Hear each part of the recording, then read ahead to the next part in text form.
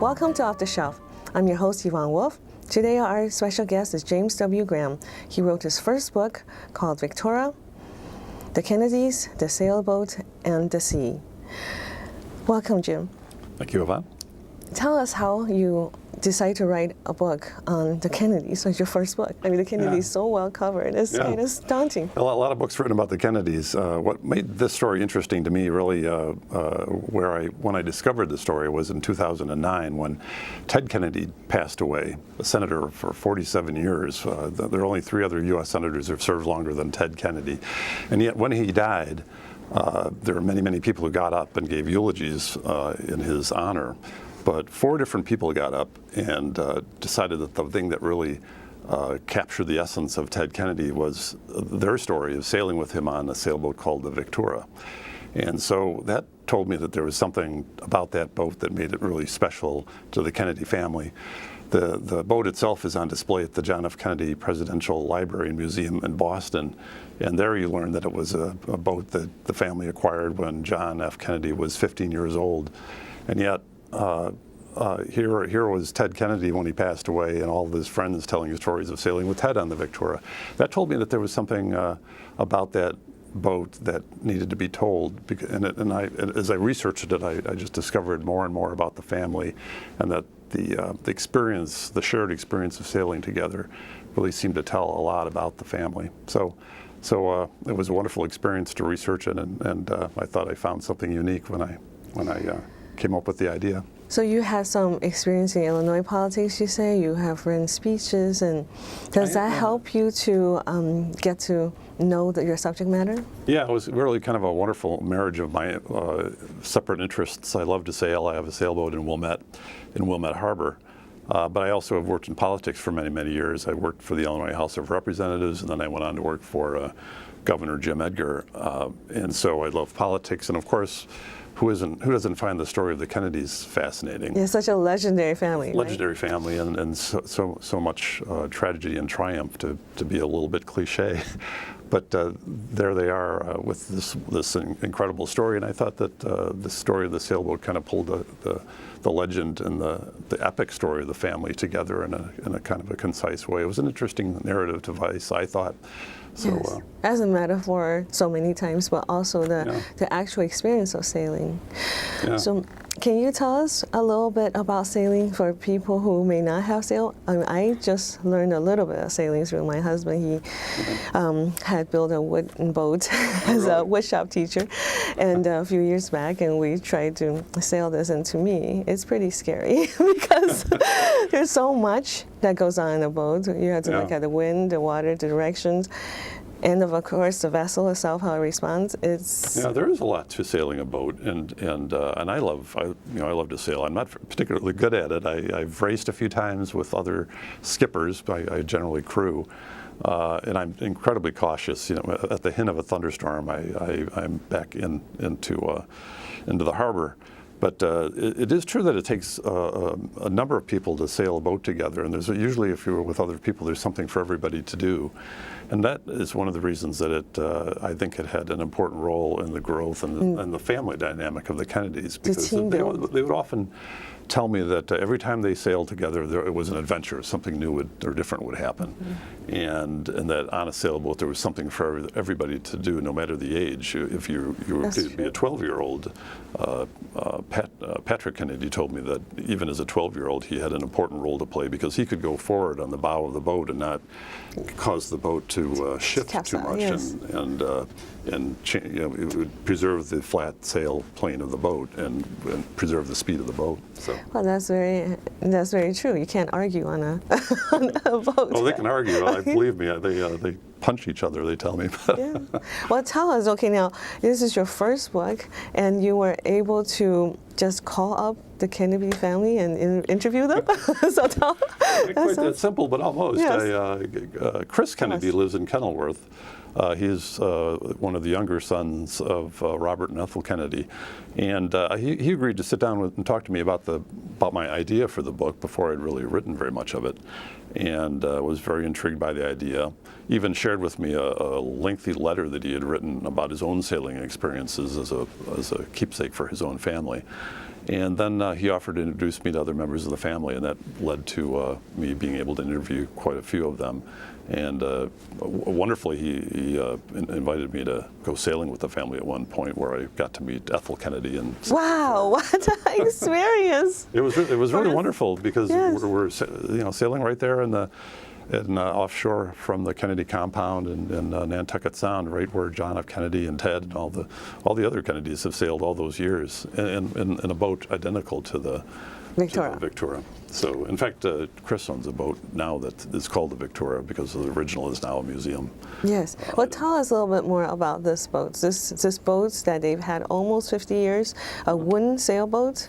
Yeah, last year was the centennial of the Wayano Senior Sailboat. It was that class of sailboat was built for families to race against one another on the south shore of Cape Cod, and so it had been around for maybe 20 years or so by the time the Kennedys decided to get into that class of sailing and acquire a Wayano Senior. But it's a relatively small boat. You think of the Kennedys, you think yachts, but this is a 25-foot sailboat. You get wet when you're sailing. It heels over to a great extreme in those 20-knot winds of Nantucket Sound. So it's not for it's a challenging sail. It's not a comfortable, just sit back and relax. Yeah, you don't necessarily sit back and relax on that boat. I went out with Chris Kennedy and some other members of the family, and that boat was, if you're not used to it, you'll feel like you're going to tip the boat over. Yes. So it's a challenging sail, and that's what made it such a wonderful shared experience for the Kennedy family, I think, and really had such an important role in bonding the family together. To this day, when members of the family pass away, I've looked at various eulogies for different members of the family when they died, and the stories of sailing together almost always come up.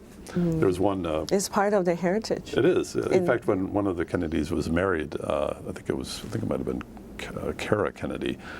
She had a little model of the Victoria on the wedding cake. Yes, yes. Can you tell us about your publishing experience and how, when you talked to an agent or publisher, was it before you spoke with Chris Kennedy? I first secured an agent early in 2012, and she bought into the concept of the book. The way you present a nonfiction book generally to an agent or a publisher is to develop a sample chapter, at least one or two, and a good outline, and then develop a plan for how it would be marketed, so that a publisher can have a sense of who the audience for the book would be and how it might be sold. And so I developed that, pitched it to an agent. The first agent I offered the book to bought into it and offered to represent me. But that's a success story, in itself, right? So she shopped around the sample chapter and the outline and the other material I pulled together to various publishers, and I was actually fairly close to selling it to a publisher around the time that I met Chris Kennedy, and then the process of interviewing other members of the family helped sell the book that much more. So. And it took a long time to meet them, or was it over a year, or? Yeah, it was kind of a funny story.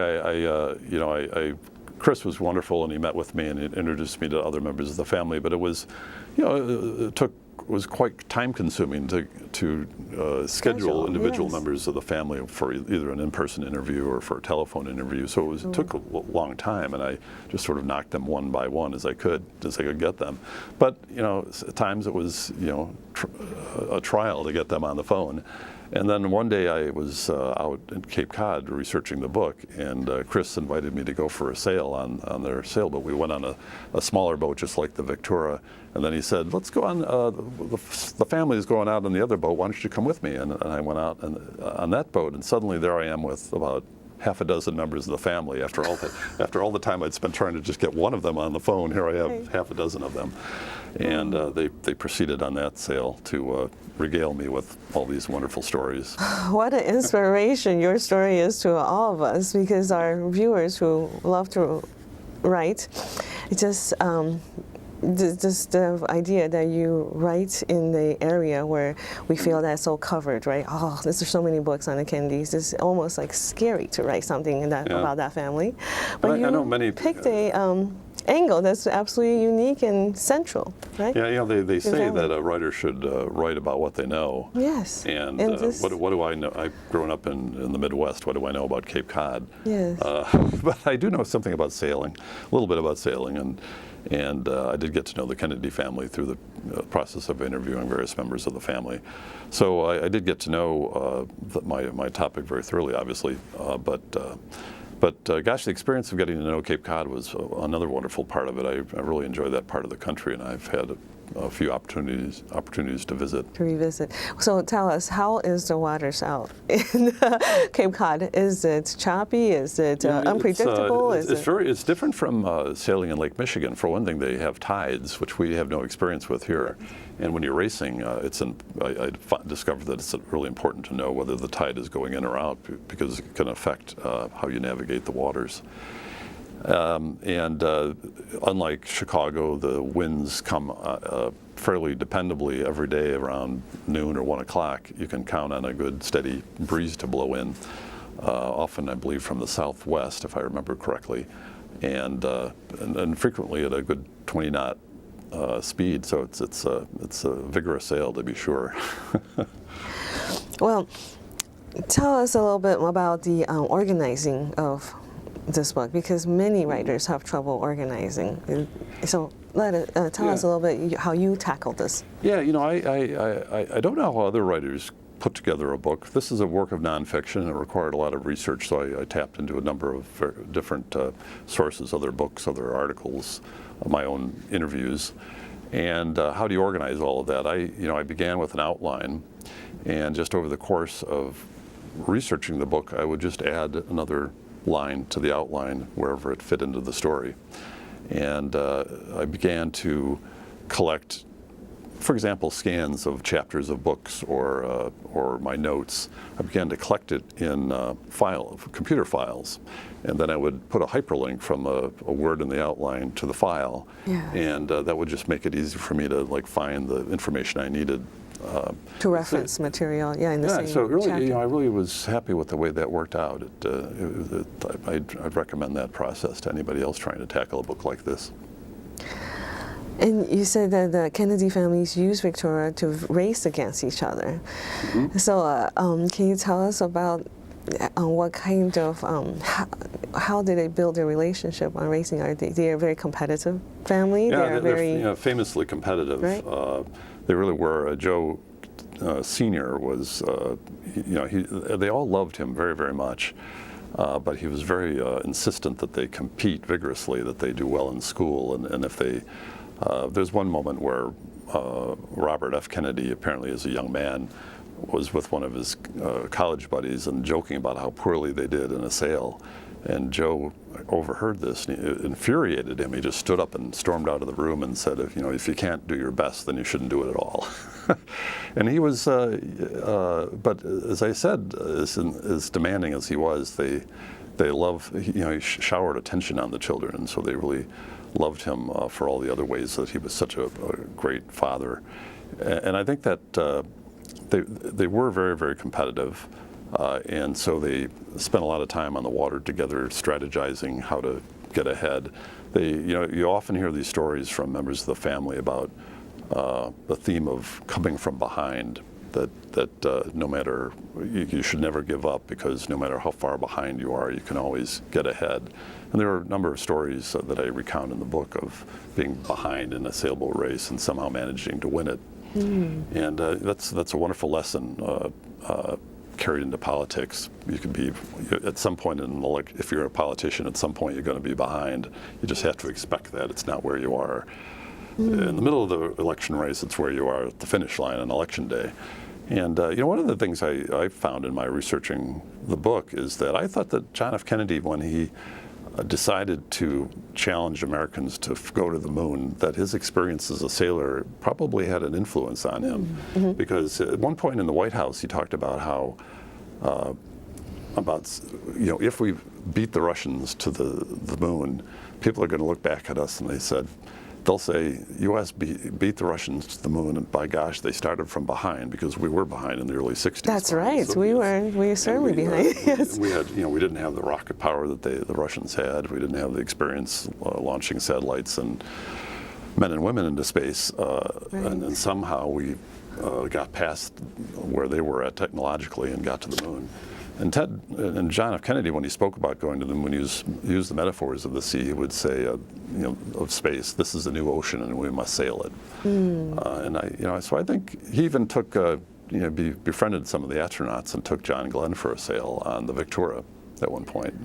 And Glenn had a wonderful story of going out with his son, and the president teaching John Glenn's son how to sail. Yes, wow.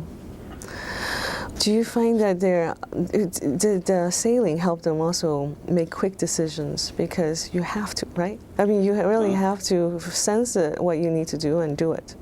Yeah, you have to be decisive. You have to decide on a particular course and stick with it.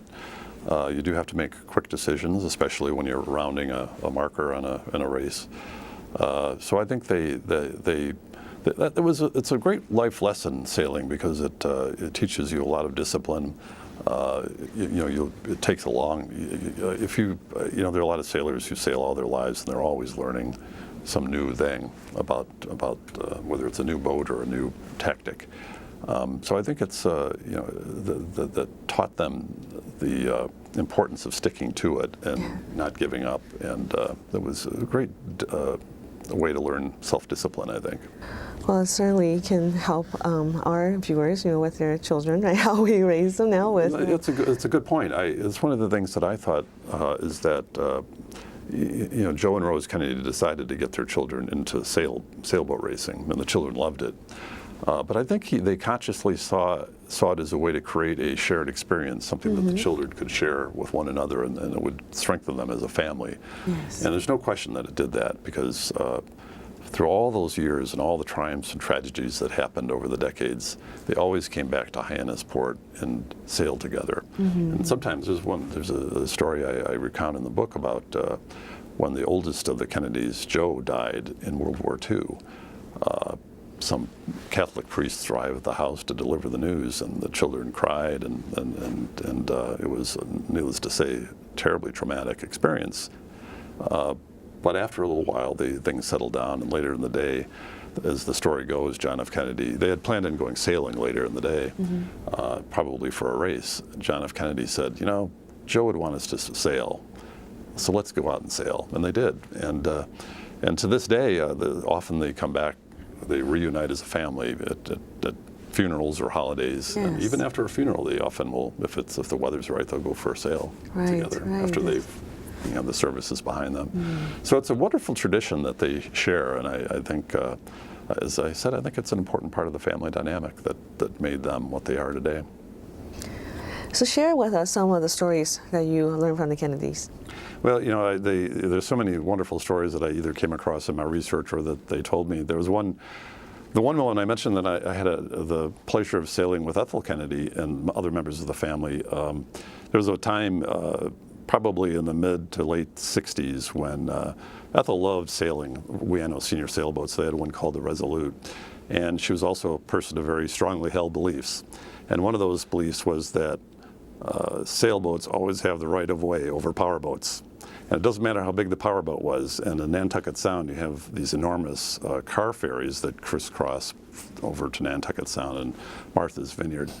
And she became fairly notorious for getting in the path of these big ferries and feeling that because she's a sailboat, she had the right of way. And there was one moment where one of these enormous ferries was probably approaching the harbor, and she would not get out of the way, and the captain of the ferry ran out on what's called the flying bridge and started yelling at Ethel Kennedy to get out of the way. And the crew of the ferry was trying to catch the captain's attention because he wasn't paying attention to where the ferry was headed. The ferry ran aground, broke the propeller, and stranded all the, probably hundreds of passengers on the ferry, and off Ethel went.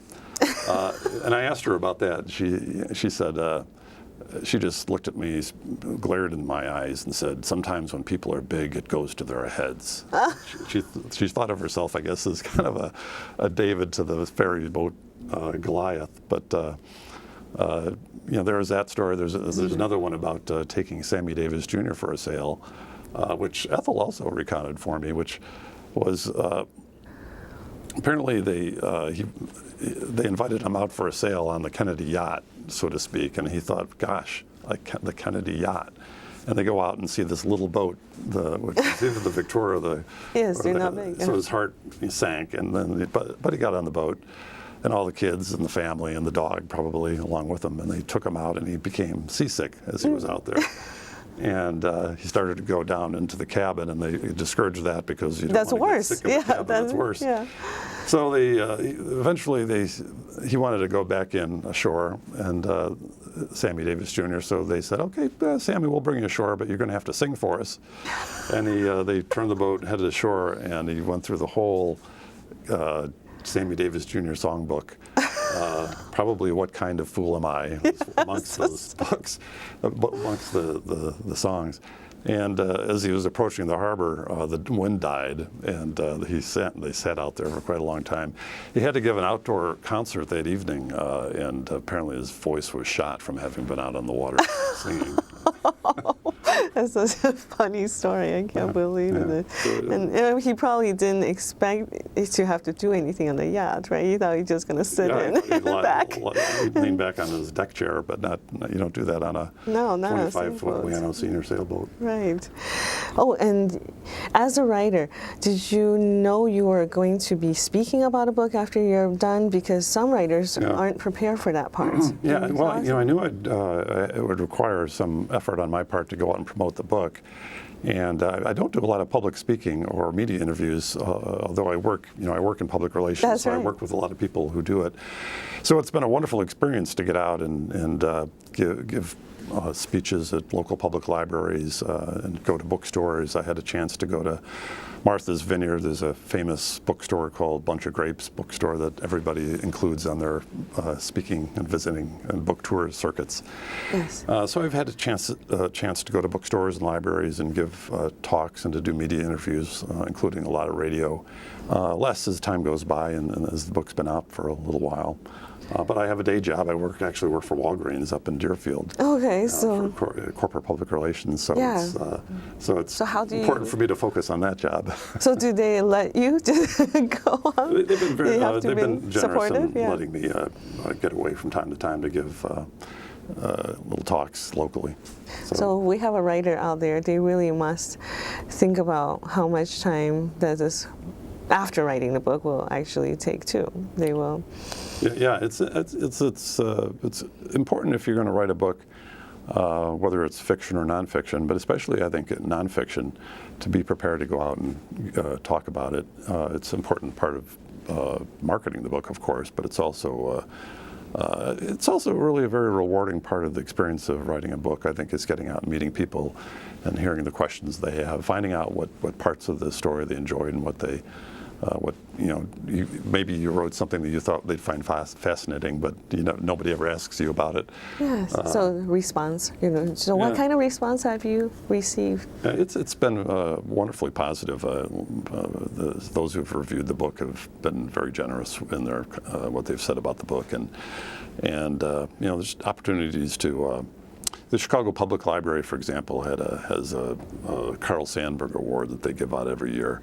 I was not a recipient, but the wonderful thing that they do is they invite a number of authors from the Chicago area to be up on the stage with, in this case it was Doris Kearns Goodwin, who was one of the recipients, a hero of mine. So I got to be on the stage with her, and That's wonderful. It was just a great experience.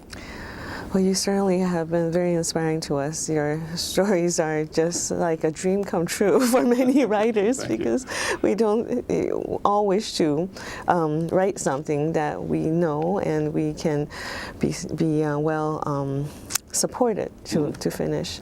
So. Well, the North Shore is a great place for writers in the Chicago area. It has a great literary heritage here, and I think it's a great place for a writer, I think, to meet other writers and to grow as a writer. And have you done any speeches at Wilmette or library or? Yeah, I spoke, gave a couple of talks to the.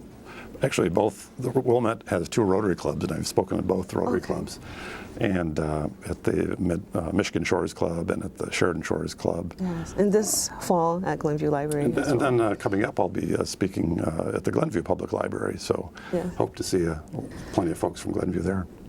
So your family sail too?